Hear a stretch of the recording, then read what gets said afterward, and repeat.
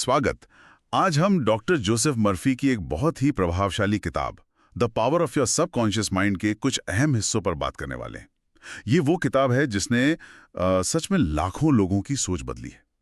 आज हमारा इरादा सिर्फ समरी देना नहीं है, हम इसकी गहराई में उतरेंगे।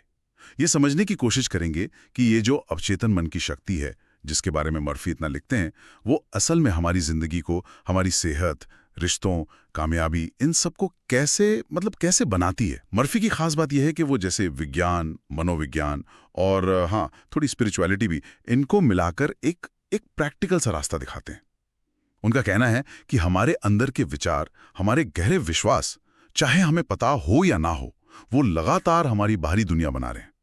ये सोचने वाली बात है ना, कि हमारे मन के अंदर ही एक इतना शक्तिशाली टूल है जो हमारी हकीकत बना सकता है या बिगाड़ भी सकता है। मर्फी कहते हैं मन के 2 लेवल हैं। एक सोचता है, दूसरा बस बिना सवाल किए उन विचारों को सच बनाने में लग जाता है। चलिए इसी पहेली को आज खोलते हैं जरा। तो किताब शुरू ही होती है मन के इन 2 स्तरों से। चेतन मन यानी कॉन्शियस माइंड, हाँ, ये वो हिस्सा है जिससे हम सोचते हैं, जागते हुए एनालाइज करते हैं, तर्क करते हैं, है ना, चुनते हैं। ये हमारी विल पावर का सेंटर है। हम तय करते हैं कि हमें क्या चाहिए। लेकिन असली खिलाड़ी मर्फी के हिसाब से है अवचेतन मन, सबकॉन्शियस माइंड। बिल्कुल। ये चेतन मन से बिल्कुल अलग है। ये लॉजिक नहीं लगाता, बहस नहीं करता, सही गलत का मोरल जजमेंट नहीं। इसका काम है बस एक्सेप्ट करना। ये हमारे कॉन्शियस माइंड से जो भी विचार, सुझाव, विश्वास, भावनाएं आ रही हैं, उन्हें लेता है और फिर अपनी पूरी ताकत से उन्हें सच बनाने में लग जाता है। और ये लगातार होता रहता है। हाँ, लगातार, चाहे हम सो रहे हों, जाग रहे हों। और जिन विचारों को हम सबसे ज्यादा भाव देते हैं, बार बार सोचते हैं, वो अवचेतन पर गहरी छाप छोड़ जाते हैं। बिल्कुल सही। और अवचेतन मन की यही अनस्वीकार्यता, ये इसकी सबसे बड़ी ताकत भी है और शायद सबसे बड़ा खतरा भी। खतरा कैसे? देखिए, ये एक बहुत उपजाऊ जमीन जैसा है। आप गुलाब बोएंगे, गुलाब उगेगा। जहरीला पौधा बोएंगे तो वो उगेगा। जमीन तो फर्क नहीं करती ना। हाँ, बात तो सही है। वैसे ही अवचेतन मन आपके विचारों की क्वालिटी पर सवाल नहीं करता। वो अच्छा है, बुरा है, ये नहीं देखता। और इसी से जुड़ा है विश्वास की शक्ति का सिद्धांत, पावर ऑफ बिलीफ। मर्फी इस पर बहुत जोर देते हैं। जब हम किसी चीज में पूरे दिल से, पूरी शिद्दत से मानते हैं, चाहे वो कामयाबी हो, अच्छी सेहत हो, कुछ भी, तो ये जो गहरा विश्वास है, ये फेथ, ये एक मजबूत सिग्नल की तरह अवचेतन मन तक पहुंचता है। फिर अवचेतन मन अपनी सारी एनर्जी, सारे रिसोर्स लगा देता है उस विश्वास को हकीकत बनाने में। वो ऐसे मौके, ऐसे रास्ते बनाने लगता है जो हमें मंजिल तक ले जाएं। अच्छा। लेकिन इसका उल्टा भी उतना ही सच है। अगर मन में गहरे डर है, शक है, चिंता है, या मैं नहीं कर सकता वाली फीलिंग है, हाँ, ये तो होता है अक्सर, तो अवचेतन मन उन्हें भी उतनी ही ईमानदारी से सच मान लेता है। नतीजा, हम अनजाने में ही ऐसी सिचुएशंस या रिजल्ट्स अट्रैक्ट करने लगते हैं जो हमारे डर या शक को सही साबित करें। मतलब हम खुद ही अपनी नाकामी की स्क्रिप्ट लिख रहे होते हैं। और यहाँ एक बहुत दिलचस्प बात यह है कि मर्फी के अनुसार अचेतन मन सिर्फ विचारों को नहीं, बल्कि उनसे जुड़ी भावनाओं की इंटेंसिटी को ज्यादा पकड़ता है। भावनाओं की इंटेंसिटी मतलब ये कि एक बहुत पावरफुल डर से भरा विचार, अगर उसमें गहरी भावना जुड़ी है, तो वो शायद 10 हल्के फुल्के बिना भावना वाले पॉजिटिव विचारों पर भारी पड़ सकता है। अच्छा। तो सिर्फ ये नहीं कि क्या सोच रहे हैं, बल्कि कैसे सोच रहे हैं, कितनी फीलिंग के साथ, ये ज्यादा मायने रखता है। ये समझना तो वाकई बहुत जरूरी है। मतलब सिर्फ पॉजिटिव सोचना काफी नहीं, उसे महसूस करना भी उतना ही जरूरी है। हाँ। अच्छा, तो क्या मर्फी सिर्फ थ्योरी बताते हैं या इसे करने के तरीके भी? क्योंकि ये सब सुनने में तो अच्छा लगता है, पर रोज की जिंदगी में कैसे उतारें इसे? हाँ, बिल्कुल। मर्फी सिर्फ प्रॉब्लम या पोटेंशियल बताकर नहीं छोड़ते। वो अवचेतन मन को जानबूझकर प्रोग्राम करने के लिए बहुत प्रैक्टिकल टेक्निक्स भी देते हैं। हाँ, टेक्निक्स। इनमें 2 सबसे ज्यादा फेमस हैं। पहली है विजुअलाइजेशन, यानी मानसिक चित्रण, और दूसरी है अफर्मेशंस, यानी सकारात्मक पुष्टि। राइट। विजुअलाइजेशन का मतलब सिर्फ किसी चीज की तस्वीर मन में देखना नहीं है, मर्फी जोर देते हैं कि अपनी इच्छा को ऐसे देखो जैसे वो पहले ही पूरी हो चुकी है। हाँ, ये जरूरी है। And result. बिल्कुल, उस एंड रिजल्ट को, उस कामयाबी को, उस अच्छी सेहत को पूरी क्लैरिटी, डिटेल और सबसे जरूरी उससे जुड़ी फीलिंग्स के साथ महसूस करो। फीलिंग्स फिर से। हाँ, अगर अमीर बनना चाहते हैं तो सिर्फ नोटों का ढेर मत देखो, बल्कि उस अमीरी से मिलने वाली जो सुरक्षा है, आज़ादी है, खुशी है, उसे महसूस करो। यही फीलिंग असल सिग्नल है सबकॉन्शियस के लिए। सही बात। और एफर्मेशंस क्या हैं? छोटे, क्लियर, पॉजिटिव वाक्य जिन्हें आप प्रेजेंट टेंस में दोहराते हैं, जैसे मैं स्वस्थ हूं, मैं कामयाब हूं, मेरे पास सब कुछ बहुतायत में है। इन्हें बार बार दोहराने से, खासकर सोने से ठीक पहले और उठने के ठीक बाद, जब अवचेतन मन ज्यादा रिसेप्टिव होता है, तो ये विचार धीरे धीरे पुराने नेगेटिव पैटर्न को हटाकर अपनी जगह बना लेते हैं। एकदम सही। और ये तकनीकें उन बीजों की तरह हैं जिन्हें हम अवचेतन की उपजाऊ जमीन में बो रहे हैं। बीज, हाँ। लेकिन यहाँ पेशेंस और कंसिस्टेंसी, मतलब धैर्य और लगातार करते रहना बहुत जरूरी है। अच्छा। जैसे एक बीज को पौधा बनने और फल देने में टाइम लगता है, देखभाल चाहिए, वैसे ही इन मानसिक बीजों को भी हकीकत बनने के लिए लगातार प्रैक्टिस और वक्त चाहिए। कई लोग कुछ दिन कोशिश करके छोड़ देते हैं क्योंकि फौरन रिजल्ट नहीं दिखता। हाँ, ये तो होता है, इंस्टेंट रिजल्ट चाहिए सबको। मर्फी चेताते हैं कि ये कोई जादू की छड़ी नहीं है, ये एक प्रोसेस है जिसमें विश्वास और लगन चाहिए। ये वैसा ही है जैसे पानी लगातार पत्थर पर गिरता है तो निशान बना ही देता है ना। बिल्कुल। तो ये तकनीकें सिर्फ इच्छाएं पूरी करने के लिए हैं, या इनका असर हमारी जिंदगी के दूसरे हिस्सों पर भी पड़ता है, जैसे सेहत पर? मर्फी का हेल्थ और हीलिंग पर क्या कहना है? ये एक बहुत इंपॉर्टेंट एरिया है जिस पर मर्फी काफी डिटेल में बात करते हैं। उनका मानना है कि हमारा अवचेतन मन हमारे शरीर की हर कोशिका, हर प्रोसेस को कंट्रोल करता है। हर कोशिका को? हाँ, इसलिए हमारे विचार और विश्वास सीधे सीधे हमारी फिजिकल हेल्थ पर असर डाल सकते हैं। किताब में ये आइडिया है कि कई बीमारियां शायद ज्यादातर हमारे नेगेटिव और नुकसान पहुंचाने वाले सोच के पैटर्न का ही नतीजा होती हैं। सच में? लंबे समय से पाला हुआ गुस्सा, कड़वाहट, डर, चिंता, गिल्ट, ये सब हमारे शरीर में एक तरह का अंदरूनी स्ट्रेस पैदा करते हैं। इससे बॉडी का जो नेचुरल डिफेंस सिस्टम है वो कमजोर होता है और वो बीमारियों के लिए ज्यादा वल्नरेबल हो जाता है। अच्छा, तो मतलब सोच से बीमार पड़ सकते हैं? एक तरह से हाँ, लेकिन इसका उल्टा भी सच है। मर्फी कहते हैं कि जब हम सेहत, पूर्णता और जीवन शक्ति पर विश्वास करते हैं, जब हम खुद को स्वस्थ होते हुए इमेजिन करते हैं और इस विचार को ग्रैटिट्यूड और विश्वास के साथ महसूस करते हैं, तो हम अवचेतन मन को हीलिंग प्रोसेस शुरू करने और उसे तेज करने का निर्देश दे रहे होते हैं। हाँ। अवचेतन मन फिर शरीर के लाइफ फोर्स को उस डायरेक्शन में भेजता है। मर्फी अपनी किताब में कई किस्से बताते हैं जहां लोगों ने कथित तौर पर सिर्फ अपनी सोच और विश्वास बदलकर गंभीर बीमारियों से छुटकारा पाया। कमाल है। हाँ, पर यह समझना जरूरी है कि ये मेडिकल सलाह या इलाज का विकल्प नहीं है। ये उसके साथ काम करने वाली एक सप्लीमेंट्री पावर है। ठीक है, ये जरूरी पॉइंट है। अगर हम इसे बड़ी पिक्चर में देखें तो ये माइंड बॉडी कनेक्शन की ही बात है, जिसे आज मॉडर्न साइंस भी मान रहा है। हमारी मेंटल स्टेट, हमारे विचार, हमारी भावनाएं, ये सिर्फ हवा में नहीं है, इनके ठोस फिजिकल नतीजे होते हैं। मन की शांति और पॉजिटिव नजरिया न सिर्फ हमें अच्छा फील कराते हैं, बल्कि वो सच में हमारी बॉडी को हेल्दी रखने में मदद कर सकते हैं। ये तो कमाल की बात है। सेहत के बाद एक और एरिया है जिसमें लोग अक्सर बदलाव चाहते हैं, पैसा और समृद्धि। क्या मर्फी के सिद्धांत यहां भी लागू होते हैं? क्या हम अपनी आर्थिक स्थिति को भी अपनी सोच से बदल सकते हैं? हाँ, बिल्कुल।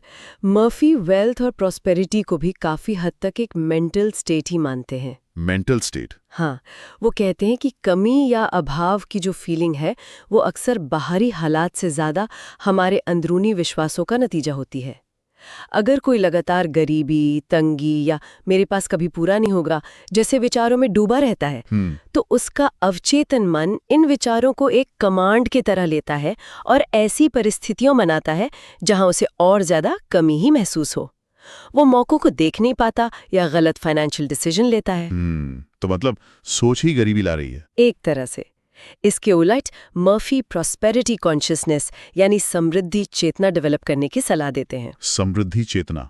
इसका मतलब है अपने मन को अबंडेंस, सक्सेस और वेल्थ के विचारों से भरना, ऐसी अफर्मेशंस करना जैसे मैं आर्थिक रूप से समृद्ध हो रहा हूँ, पैसा मेरी जिंदगी में आसानी से और भरपूर आता है, और सबसे जरूरी समृद्धि की उम्मीद करना, जैसे कि आप उसके हकदार हैं। उम्मीद करना। हाँ, जब हम इस तरह की मेंटल स्टेट बनाते हैं तो अवचेतन मन उन आइडियाज, प्लान्स, अवसरों और लोगों को अट्रैक्ट करने लगता है जो हमें फाइनेंशियल सक्सेस की ओर ले जाते हैं। यह दिलचस्प बात यह है कि मर्फी ये नहीं कहते कि सिर्फ सोचने से पैसा आसमान से टपकेगा। हाँ, ये तो प्रैक्टिकल बात है। बिल्कुल, बल्कि उनका कहना है कि जब आप समृद्धि की मानसिकता अपनाते हैं तो आपका अवचेतन आपको सही कदम उठाने के लिए गाइड करेगा, आपको नए आइडियाज देगा, आपको सही लोगों से मिलवाएगा। अच्छा। और आपको उन मौकों के लिए अलर्ट करेगा जिन्हें आप पहले देख ही नहीं रहे थे।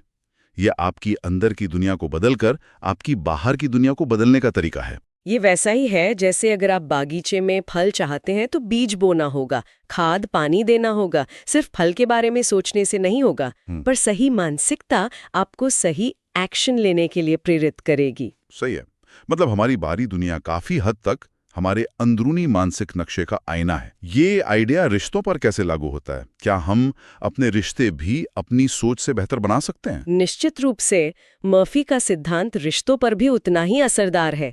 यहाँ वो लौटाव की नियम या लॉ ऑफ रिटर्न की बात करते हैं, जिसे हम कर्म का नियम भी कह सकते हैं। कर्म का नियम? हाँ, इसका बेसिक आइडिया ये है कि हम दूसरों के प्रति जिस तरह के विचार, भावनाएं और व्यवहार रखते हैं, वही घूम फिर कर किसी न किसी रूप में हमारे पास लौट कर आता है। जो बोएंगे वही काटेंगे जैसा। बिल्कुल वैसा ही। जब हम दूसरों के लिए अपने मन में प्यार, गुडविल, समझ, माफी और सम्मान के विचार रखते हैं, तो हम अनजाने में ही अपने रिश्तों में हार्मनी और मिठास को इनवाइट कर रहे होते हैं। हमारी ये पॉजिटिव एनर्जी ना सिर्फ हमें बेहतर महसूस कराती है, बल्कि सामने वाले के अवचेतन मन को भी छूती है और उन्हें हमारे प्रति ज्यादा पॉजिटिवली रिएक्ट करने के लिए प्रेरित कर सकती है। अच्छा। और इसका ठीक उल्टा, अगर हम किसी के लिए मन में लगातार नाराजगी, गुस्सा, आलोचना, जलन या नफरत रखते हैं, तो ये नेगेटिव भावनाएं जहर की तरह काम करती हैं। ये पहले तो हमारी अपनी शांति भंग करती हैं, हमारी सेहत पे बुरा असर डालती हैं। हाँ, ये तो होता है। और साथ ही हमारे रिश्तों में भी कड़वाहट, तनाव और दूरियां पैदा करती हैं। हम अनजाने में ही वो हालात बना लेते हैं जो हमारी नेगेटिव सोच को सही ठहराते दिखते हैं। ओह, मतलब हम खुद ही रिश्ते बिगाड़ रहे होते हैं। तो दूसरों को बदलने की कोशिश करने से पहले उनके प्रति अपने विचारों और भावनाओं को बदलें। खुद को बदले पे। हाँ, दूसरों में अच्छाई देखें, उन्हें सराहें, उन्हें मन ही मन शुभकामनाएं दें। ये आपकी तरफ से भेजी गई पॉजिटिव एनर्जी है और नियम के अनुसार ये आपके पास जरूर लौटेगी, शायद ऐसे तरीकों से जिनकी आपने उम्मीद भी ना की हो। अच्छे रिश्ते बनाने की शुरुआत हमारे अपने मन से होती है। ये सब सुनकर ऐसा लग रहा है जैसे एक ही बेसिक प्रिंसिपल है जो जिंदगी के हर पहलू, सेहत, पैसा, रिश्ते सब पर लागू होता है। क्या मर्फी से किसी यूनिवर्सल लॉ की तरह बताते हैं? हाँ, वो इसे मन का नियम, लॉ ऑफ माइंड या विश्वास का नियम, लॉ ऑफ बिलीफ कहते हैं। और ये वाकई उनकी पूरी टीचिंग का बेस है। नियम बहुत सिंपल है।